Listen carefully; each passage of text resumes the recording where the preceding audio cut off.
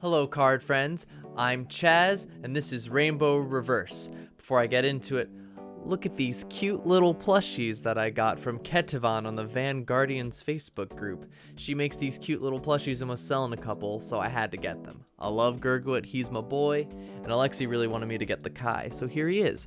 And how relevant that I've got Kai here today, because we're going to be talking about Link Joker in Premium, and how to take your Revival Selection cards and some cards you can add to that to make the deck. So this will be just like my Royal Paladin video, except it'll be focusing on Link Joker. Two big things to note about this video. This is not a deck profile. I am simply giving you a list of cards to choose from so you can have an idea of how to build your own deck. And then the other big thing along that line is I will not include every card you could possibly put into your deck. So if you have a really good idea that I didn't include and you want to make sure people know, you can drop it in the comments. Also, to speed this one up a little bit over the last video, I'm not going to read the text of every single card word for word. I'll mostly paraphrase what it does unless I think the skill needs to be read as the full card. So let's get straight into it. The cards that come with Revival Selection. First, we've got Star-Vader Freeze Ray Dragon. This is a grade 3 with 10k power, and this card is a pretty essential card in most Link Joker builds, even if it's not Star-Vader focused. Basically, it has a very simple skill. Is when you take a damage, you lock one of your opponent's rear guards. That's the main thing you want to use it for. It helps keep you from getting comboed on, and it can disrupt your opponent's field, which is extremely frustrating for many players to deal with. This is an excellent card. The other grade 3 we got is Star-Vader Chaos Breaker Crisis. Its skill is Vanguard Counterblast 1 card with Star-Vader in its name. When this unit's placed on Vanguard Circle, or when your G unit with Star-Vader in its original card named Strides, you may pay the cost. If you do, your opponent chooses one of their rear guards and locks it.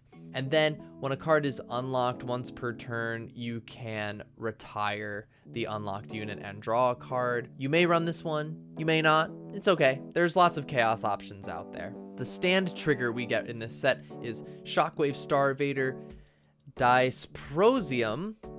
Its skill is Counterblast 1 and put this unit into your soul. During your opponent's end phase, when an opponent's locked card is unlocked, you may pay the cost. If you do, lock that unit. So it basically allows you to keep something relocked. It's not my favorite card ever, but you know, it's an option. Then this G guard is pretty solid. Darkness that lights up Demise, Lacus Karina, Auto, GB1, Counterblast 1 and choose face down G Guardian, flip it face up. When it's placed on Guardian Circle, pay the cost. If you do, choose up to 3 of your rear guards and lock them, and then your opponent locks one of their units in their back row for each card that was locked. And then the other G guard, which also comes in the fun SP, is Large Wheel of the Cosmos Cosmo Wreath. When placed on the Guardian Circle, you can Counterblast 1. Your opponent chooses a rear guard in their back row, locks it, and then he gets plus 5,000 power until the end of that battle. So it's a 20k shield that gives you a back row lock. Pretty useful card. I usually run like 2 of this. One of the strides we get, a pretty essential stride that has been very expensive. It shot up quite high in price at one point. Now, thankfully, we can get it pretty easily, is Death Star-Vader Glueball Dragon. Act Vanguard Circle once per turn. Soul Blast 1, choose a face down card with the same name as it in your G zone, turn it face up. If you have a heart card with Star-Vader in the card name, your opponent chooses one of their rear guards for each face up card in your G zone and locks them. So the later this happens, the more stuff you can just lock, maybe even their whole field if you get that far in the game. Then Continuous Vanguard Circle, GB3. All units in your front row with Star-Vader and their card names get plus 3,000 for each of your opponent's lock card. So it can just help you give some power also, which is nice since you can't really multi-attack in this deck super well. So it's good to just add lots of power while you're slowing your opponent down.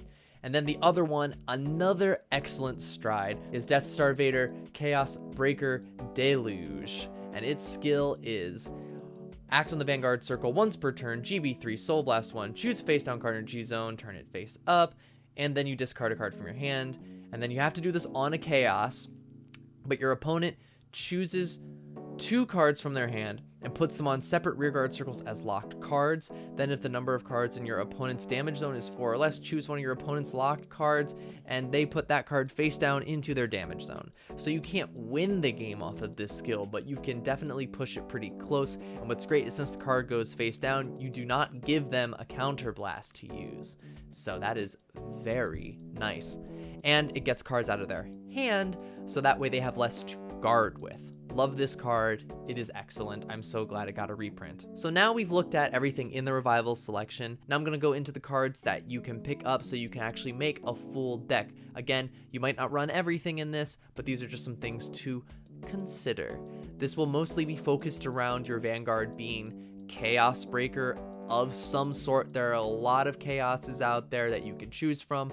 I'll cover a few of them, but feel free to take your pick. Some of the cards are only Star-Vader locked, so that's not too bad. You could pick a different Star-Vader if you really wanted to. But like I said, this is pretty much based around you playing some sort of variation on Chaos and Freeze Ray. So first of all, you're going to want to get your premium collection crits, the soul ones, which can come in very handy since the deck does use a fair amount of soul for some of the skills.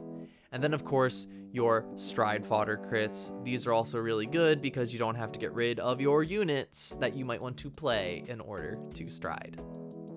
So first, I'm going to bring up the V Chaos Breaker Dragon. I really like running this card as my boss unit because its end of turn skill, which is the main one you're going to be using since you'll be striding and not using its axe skill, is when your opponent's locked card is unlocked. Soul Blast 1. Retire one of the unlocked units, you draw a card, your opponent removes a total of 2 markers from their circles or protect markers from their hand, and you get an imaginary gift force for each marker or protect removed.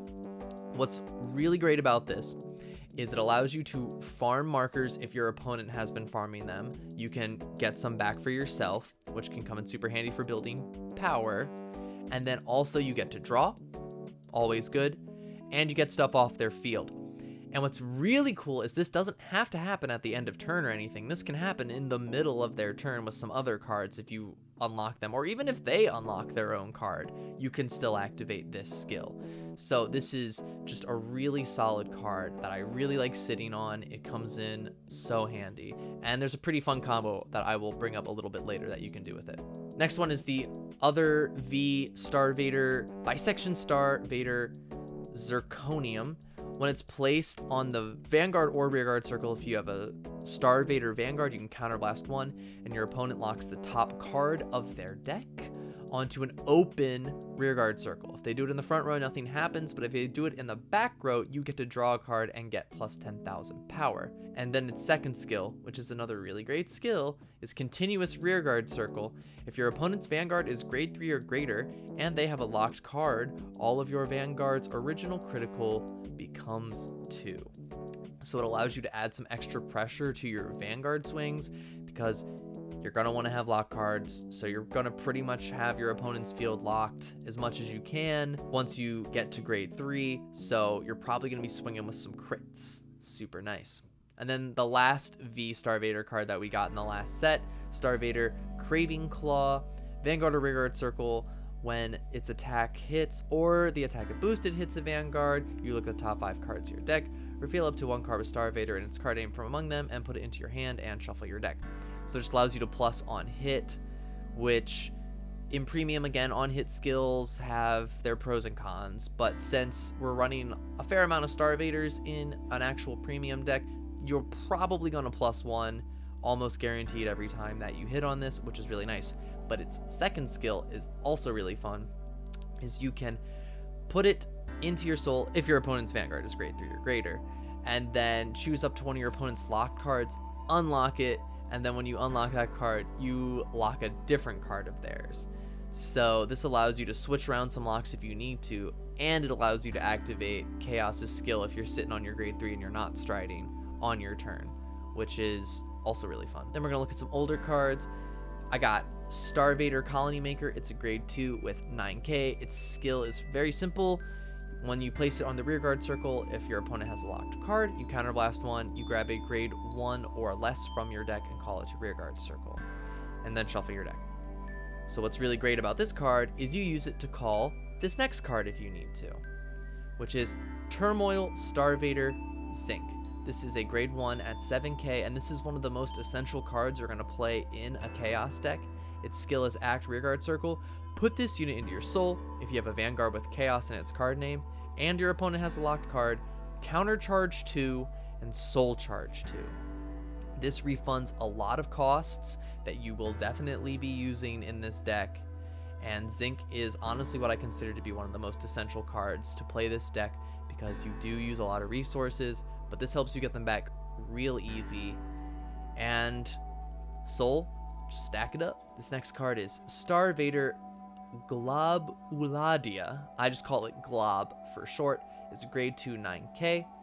When you place on your rearguard circle, you can counter blast 1 if you have a grade 3 or greater Vanguard with Star-Vader in its name. Your opponent picks a card from their drop zone and puts it on the rearguard circle as a locked card, and then he gains plus 3,000 power. And if they already had another locked card, we would get another plus 3,000 power. Now, this has some pros and cons because your opponent chooses what card they put back, so they could grab something useful, but you might be able to retire it with Chaos anyway, so that might not be that big of a deal. But it's super annoying because it's really hard for your opponent to play around. This one's a classic card. Companion Star, Star-Vader Photon, grade 2 with 9k. Its skill is super easy, it's a free lock. If your opponent already has a lock card, when it's placed on rearguard circle, you get to lock another card. And that's why I love this card, because it's free. Now, a lot of people don't run this card as much anymore because they're just cards that can do more after he's been placed. Doesn't really do much, but running it at like a lower amount can come in really handy sometimes. So, you know, I think it's a good card to consider. I personally don't run this next card, but a lot of people do really like it, so it's an option for you. It is Star-Vader Chaos Breaker Close, and it is a grade 3 with 11k power. I'm going to read its skill because it's kind of interesting. Auto Vanguard Circle. Choose a card with Star-Vader in its card name from your hand and discard it. When this unit is placed on Vanguard Circle, or when your G unit with Star-Vader in its original card name strides, you may pay the cost. If you do, Soul Charge 1, choose one of your opponent's rear guards and lock it. So similar to the other Stride skill, it also gives you a soul. The second skill is why a lot of people like to play it. It is Auto Soul Blast 1. When this card is discarded from your hand, if you have a heart card with Chaos in its name, you may pay the cost. If you do, your opponent chooses a card from their hand and puts it on their rearguard circle as a locked card. So there's a lot of ways to do this. You can discard it for the Stride cost. You can also discard it for a lot of your Star-Vader skills that require you to discard. So it allows you to get another card out of your opponent's hand. So if you play this with like Deluge, for example, that's 3 cards that you're grabbing out of their hand, which can be pretty mean. Again, working into a deck space-wise, it will depend on your play style if you want to play it or not, but some people do like it because it can be very nasty in the right situation. This next one is not a Star-Vader, but it is a really solid card that works in the deck very well, and that's Crunching Deleter Barul. Auto Rearguard Circle when placed, Soul Blast 1, and your opponent cannot turn their cards face up during their next end phase. That includes unlocking, undeleting, and countercharging. So if it happens during their end phase, it's not going to happen. Now, if they want to do stuff during their main phase, or if they can do stuff during their battle phase to flip stuff face up, they can still do that. This just prevents it at the end phase specifically. Now, if you do this, you can't get your pluses back off of your Chaos Breaker skills, but if you decide that you're at a point where you don't need that and you just want to keep stuff essentially Omega locked on their field, then this just keeps it locked down. Very solid card. I'm gonna look at some other strides now that you could include. I've got Death Star-Vader Chaos Universe. Act Vanguard Circle once per turn, Counterblast 1, and flip another version of itself face up in your G zone. And if you have a hard card with Chaos in its name, choose up to one of your opponent's open rearguard circles. Your opponent chooses a card from their hand and puts it onto rearguard circle as a locked card. And then if your G zone has 2 or more face-up cards, choose up to one of your opponent's rear guards and lock it. Obviously, this isn't as good as some of the other strides you have access to, but if you're grinding out the game and you have less stuff to go into, or if you don't want to use your bigger locking strides right away, this can get something out of hand and potentially lock another rear guard. So it's just a good backup option. And then Death Star-Vader Glue Ball Avalanche is good to run, I think, as a one of in your Chaos deck, because if you run it at 2 or more, you risk activating its continuous skill, which is continuous in G Zone. If your G Zone has 2 or more face-up Death Star-Vader Glue Ball Avalanches, when your opponent's cards would be unlocked, bind it face down instead. So in certain decks, like a deleter deck, that could probably come in pretty handy. However, in your Chaos deck, that means they get bound before you get a chance to actually activate your retire and draw skills. So I don't recommend running more than one unless you don't care about that, but that's on you. Its second skill, though, can be nice for a first stride or if you're sitting on Freeze Ray and you just need to get an easy lock. It is act Vanguard Circle once per turn, Soul Blast 1, turn a card in your G-Zone face up, choose 2 of your opponent's rear guards, lock them, and all of your front row units get plus 2,000 power for each of your opponent's locked cards and face down cards in their bind zone.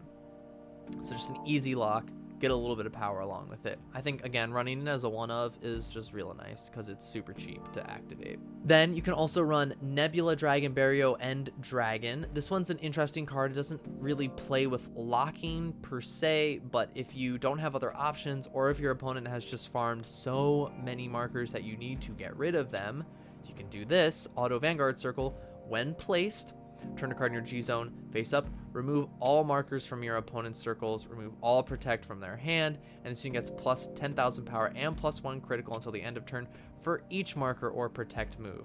So if they're playing a bunch of Excel circles, you get rid of all of them. All the units on them get retired as well. They have a bunch of protects in their hand that they're trying to like keep you from killing them, then, you know, get rid of them too, and then you just gain a bunch of power. Your opponent will likely PG this attack depending on how big it gets, but at least it really disrupts whatever they're building up over on their side if your Chaos hasn't been able to keep up with it, or if maybe you've just been sitting on Freeze Ray to stall the game out. This is another way to just try to slow them down.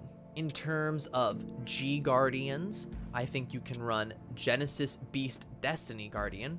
Its skill is auto. When this unit is placed on Guardian Circle, choose up to 2 locked cards and unlock them. If a total of 2 cards were unlocked with this effect, this unit gets plus 10,000 shield until the end of that battle. So it's 25k shield when you unlock stuff, which if for some reason your opponent is locking your stuff, you can try and unlock your own cards. But that combo I alluded to earlier that's really fun is if you're sitting on V Chaos, you can unlock those cards, retire them, draw yourself some cards, and then get rid of your opponent's markers during their attack.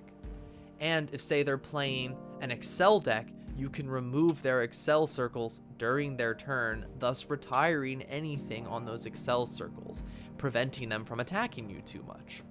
So, again, I think that this is a really good card to run for a couple of reasons, so I would recommend picking up at least one of these as well. And then, of course, if you would like, you may run the Zeroth Dragon Stark. I don't think the deck needs it because you're mostly spending your time slowing the game down. You will get to the point where you can play it, and if you decide that you think it's worth it to go into it and try and finish your opponent off, then it is Counterblast 2 when it's placed on Vanguard Circle, and then it gets -2 drive, but it doesn't rest when it attacks, and it can attack 3 times. So you can get 3 Vanguard swings and then 2 Rearguard swings. If you think that's enough to finish off your opponent and you don't care about your G-Zone getting removed after that, then certainly go into it. But again, you don't absolutely need it to close out games, but, you know, it doesn't hurt to keep it around. So that is everything that I have for this video. Like I said, I'm not going to include every card out there. If you have something that you think is really good that you think people should know about, please feel free to drop it in the comments below. And if you're new to playing Link Joker in Premium, I hope this video has helped you figure out what kind of stuff you might need to get at least your Chaos deck built. As far as deck profiles go, I will be making some in the near future, but I am waiting for the Bushiroad ban list for premium to come out first so I can make well-informed decisions. I love playing Link Joker. My friends don't love that I love playing Link Joker, but I love playing Link Joker. It is very, very close to being my favorite clan. I think I love Royal Paladins just a little bit more, but I do love Link Joker. I have all of the archetypes. I have a Deleter, a Star-Vader, and a Messiah premium deck because I just love Link Joker that much. It is such a fun clan for me and a very unfun clan for everyone else. So have fun annoying your friends. That is the point, in my opinion. But that's all I've got for now. Thank you so much for watching. This has been Rainbow Reverse, wishing you all the best. Bye!